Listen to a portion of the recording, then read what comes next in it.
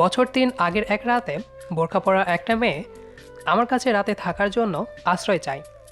ব্যাপারটা গুছিয়ে বলা দরকার। গুছানো সব জিনিস মানুষ পছন্দ করে, এটাও তার বাইরে নয় নিশ্চয়। অফিস থেকে একটু লেট করে বাসায় ফিরছিলাম। কলিগ নতুন বিয়ে করেছে, তাই আভিজাত্য একটা হোটেলে ডিনার করার জন্য নিয়ে গিয়েছিল। হেঁটে হেঁটে বাড়ি ফেরা আমার পুরনো অভ্যাসগুলোর মধ্যে একটা। বর্ষাকাল ছিল, তাই বাইরে গুড়ি গুড়ি বৃষ্টি পড়ছিল। আশেপাশে সব দোকান বন্ধ। আমি হেঁটে হেঁটে এলাকায় আসতেই লক্ষ্য করলাম জাকারিয়া ভাইয়ের চায়ের দোকানের বেঞ্চে বোরকা পরা কে যেন বসেছিল। এত রাতে বৃষ্টির মধ্যে একটা বোরকা পরা লোকের বসে থাকা নজরে লাগার মতো। আমি থমকে গিয়ে ছোট চোখ করে উচ্চস্বরে জিজ্ঞেস করলাম, কে কে ওইখানে? লোকটা আমার আওয়াজ শুনে আমার উদ্দেশ্যে উঠে এসে আমার সামনে দাঁড়ালো আর বলল, আসসালামু আলাইকুম।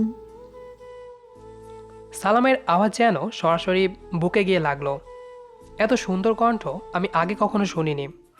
আমি বুঝতে পারলাম বোরকার পিছনে একজন মেয়ে আছে, পর্দাবতী মেয়ে।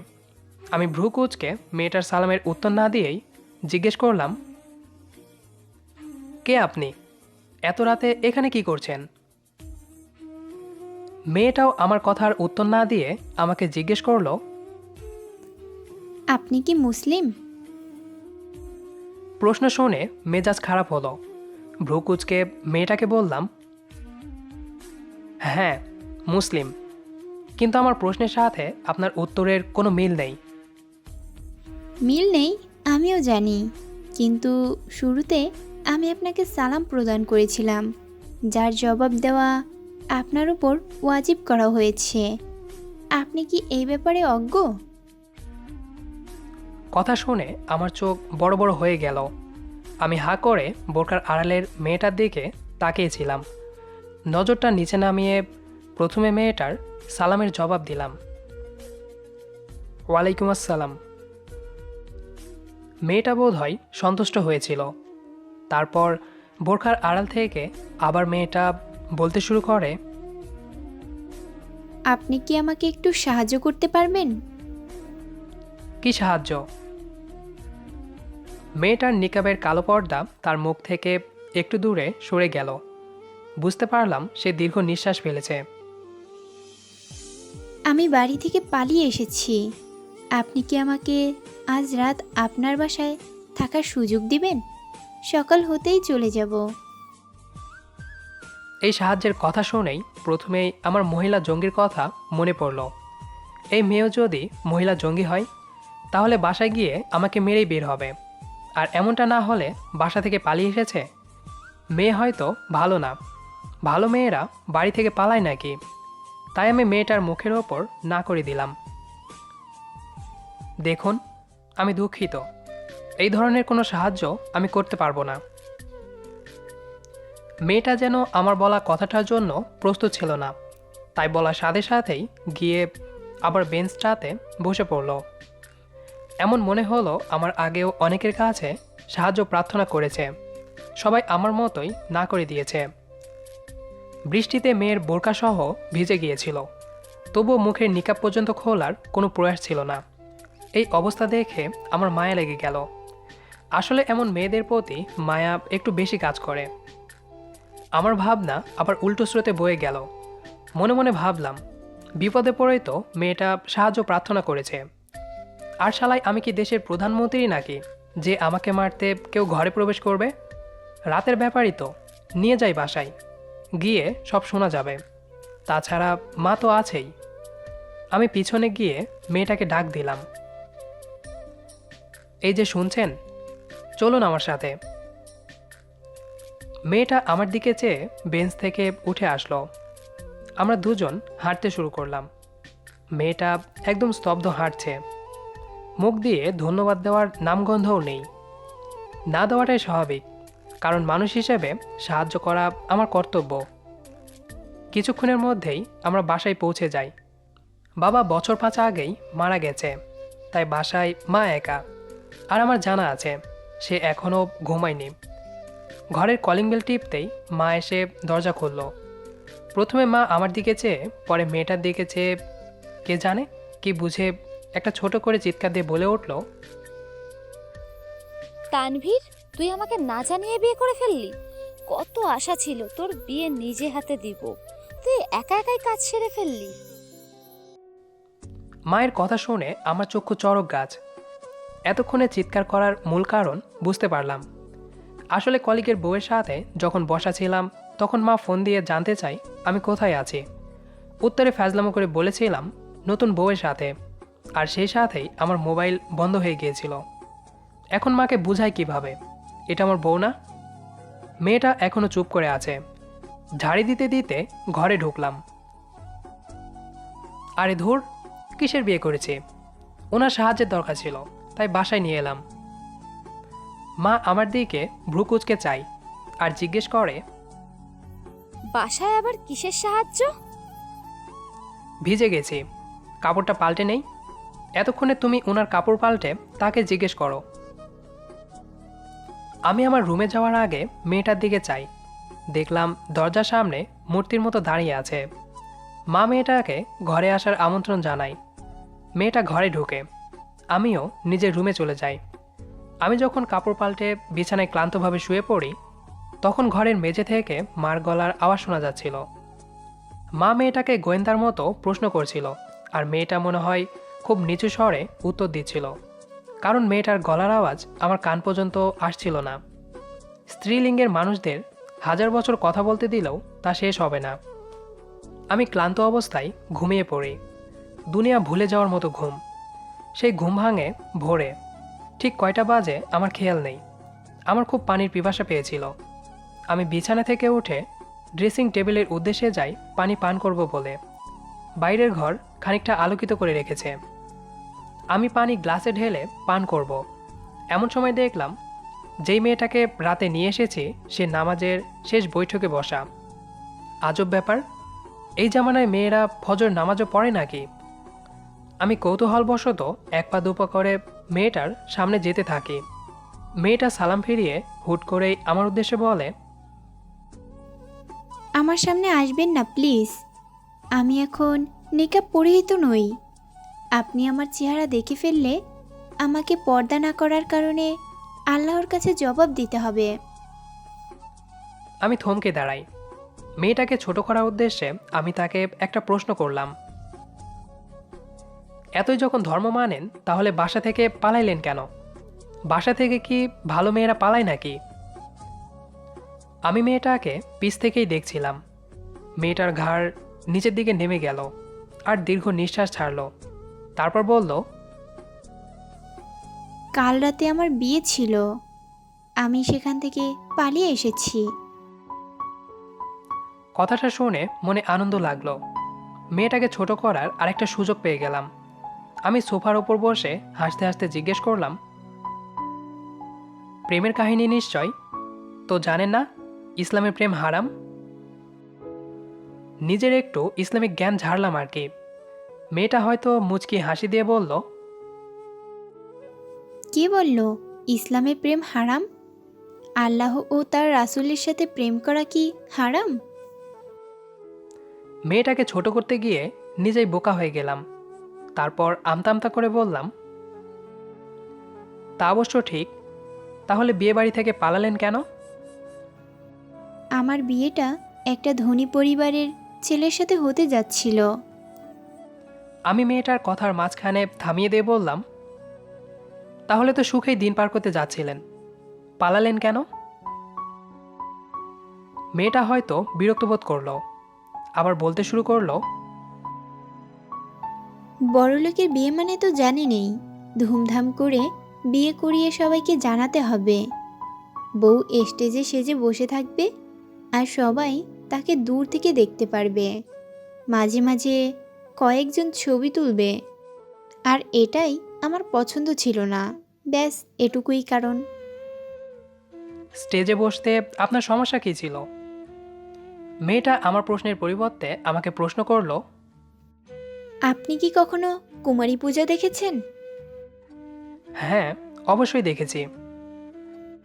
কি হয় ওখানে? একটা মেয়ে স্টেজে বসে থাকে আর তাকে জনে জনে পূজা করে, ভক্তি করে। মেয়েটা হয়তো মুচকি হাসলো আর বলল, আপনি আপনার উত্তর পেয়ে গেছেন।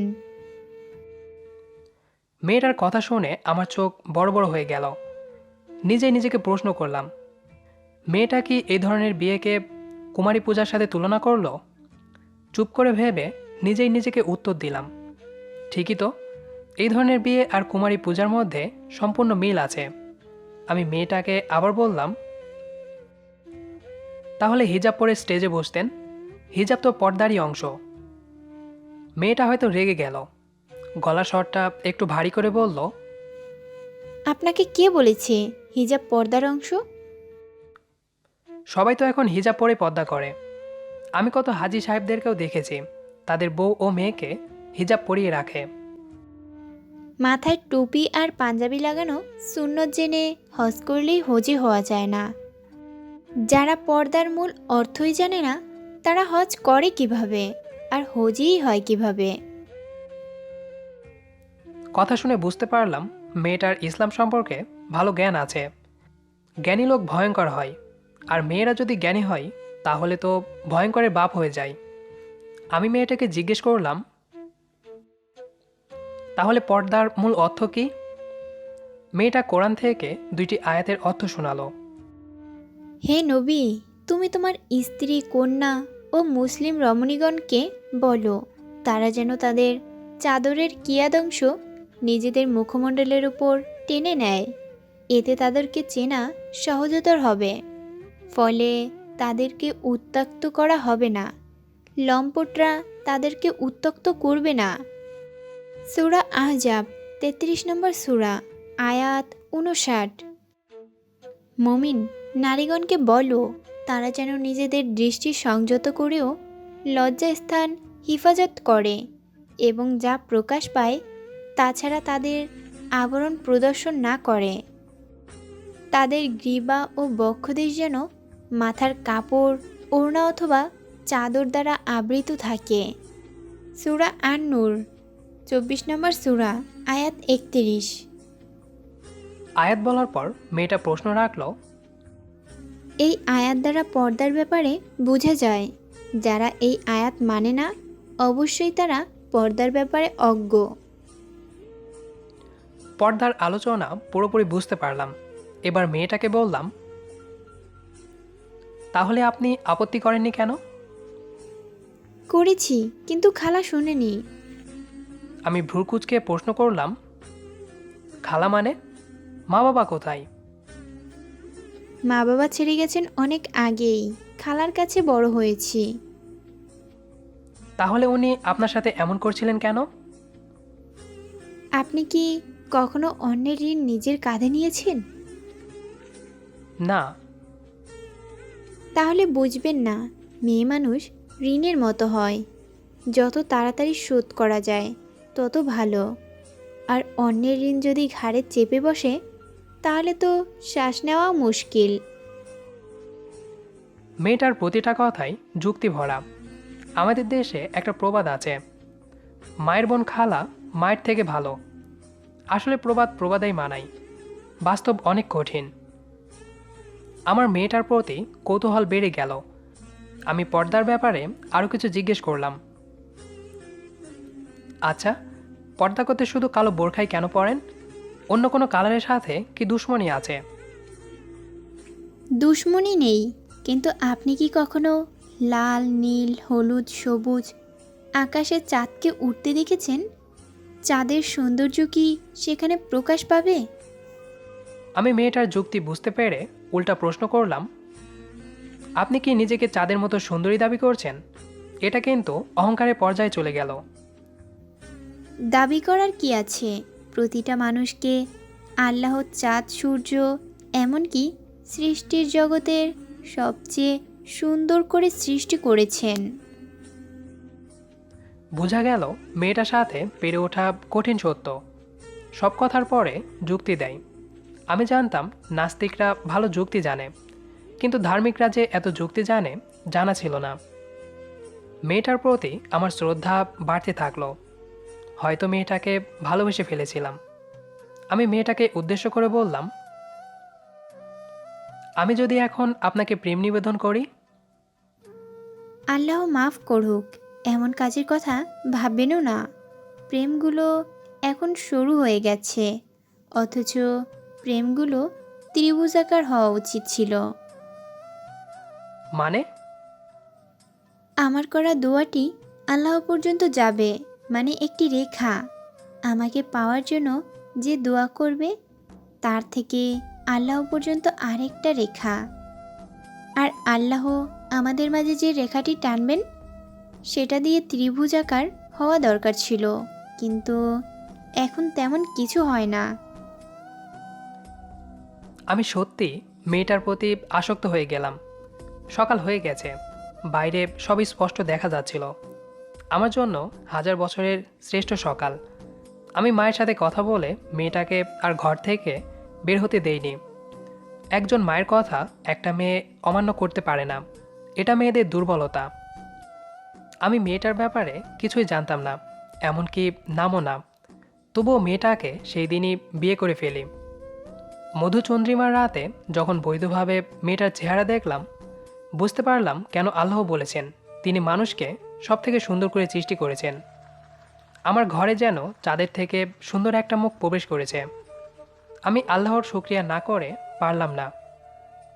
মেয়েটাকে বিয়ে করার পর আমি তার নাম জিজ্ঞেস করেছিলাম। উত্তরে সে বলেছিল জোবাইদা ইসলাম নীলা। ওর নামটাই যেন আমার ভাবনাগুলো পবিত্র করে দিয়েছে। আসলেই যে আল্লাহর ওপর বিশ্বাস রাখে তার জন্য আল্লাহই যথেষ্ট। ওই যে একটা আয়াত আছে না, মুমিন পুরুষের জন্য পতিতা নারী হারাম। এখানে এটা দ্বারা শুধু মুমিন আর পতিতা অর্থে বোঝায়নি। এটার মূল অর্থ হলো যে যেমন সে তেমনই পাবে। আমি কখনো কারোর সাথে প্রেম করিনি, নীলাও কারোর সাথে প্রেম করেনি। আজ একটা কথা ভাবি আর বুঝতে পারি কেন আল্লাহ বলেছেন নেককার স্ত্রী একজন মুমিনের জন্য সবচেয়ে বড় পুরস্কার। আমি হয়তো মুমিন না, কিন্তু নীলার মতো মেয়েকে বউ হিসেবে পেয়ে আমি আসলে পুরস্কৃত। আমার আরেকটা ধারণা পাল্টে গেছে। ইসলাম হয়তো রোমান্টিক না, কিন্তু বিয়ের পর দেখা গেল আমরা রোমান্টিকতা মনে করি ওইগুলো আসলে নোংরামি। আর ইসলামে রোমান্টিকতা পাপ। নীলা প্রতিদিন ভোরে আমার কপালে চুমু দিয়ে ফজর নামাজ পড়তে ডাক দেয়, জুমার দিনে পাগড়ি বেঁধে দেয়, চোখে সুরমা লাগিয়ে দেয়। বর্তমানে কয়েকজন স্ত্রী তার স্বামীর সাথে এমন আচরণ করে।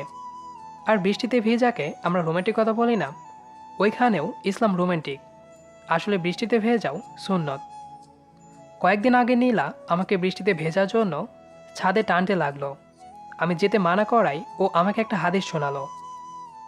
আনাস ইবনে মালিক রাদিয়াল্লাহু তাআলা আনহু বর্ণনা করে, আমরা একদিন বৃষ্টিপাতের সময় রাসূল সাল্লাল্লাহু আলাইহি ওয়াসাল্লামের সাথেই ছিলাম। এমন সময় তিনি তার গায়ের জামা খানিকটা আলগা করে দিলেন। পতিত বৃষ্টি তার ত্বক ভিজিয়ে দিল। আমরা জিজ্ঞেস করলাম, হে আল্লাহর নবী, আপনি এমন কেন করলেন? উত্তরে তিনি বলেন, এটা মাত্রই আমার রবের নিকট থেকে পতিত হয়েছে। সহিহ মুসলিম। ইসলাম যে মানুষকে এত রোমান্টিক বানায় আগে জানা ছিল না। ধর্মের কথা মারাত্মক। আগে একটা কথা বলেছিলাম, মানুষ সাজানো গোছানো জিনিস পছন্দ করে। তো ইসলাম এতটাই গোছানো যে কেউ এটার একটা জিনিসও আবিষ্কার করতে পারবে না। আমার গর্ব হচ্ছিল এই ভেবে যে আমি একজন পর্দাবতীর স্বামী, রূপবতীর রূপ, মায়াবতীর মায়া, লজ্জাবতীর লজ্জা সব জায়গায় সমান নাও হতে পারে, কিন্তু একজন পর্দাবতীর পর্দা সব জায়গায় সবসময় সমান। আশা করি গল্পটি আপনাদের কাছে ভালো লেগেছে। আর যদি ভালো লেগে থাকে তাহলে এই ভিডিওটিতে একটি লাইক দিবেন। আর নিয়মিত এমন ভালোবাসার গল্প পেতে আমাদের চ্যানেলটি সাবস্ক্রাইব করে আমাদের সাথেই থাকবেন। আর হ্যাঁ, কমেন্ট করে জানাতে ভুলবেন না আমাদের আজকের গল্পটি কেমন হয়েছিল।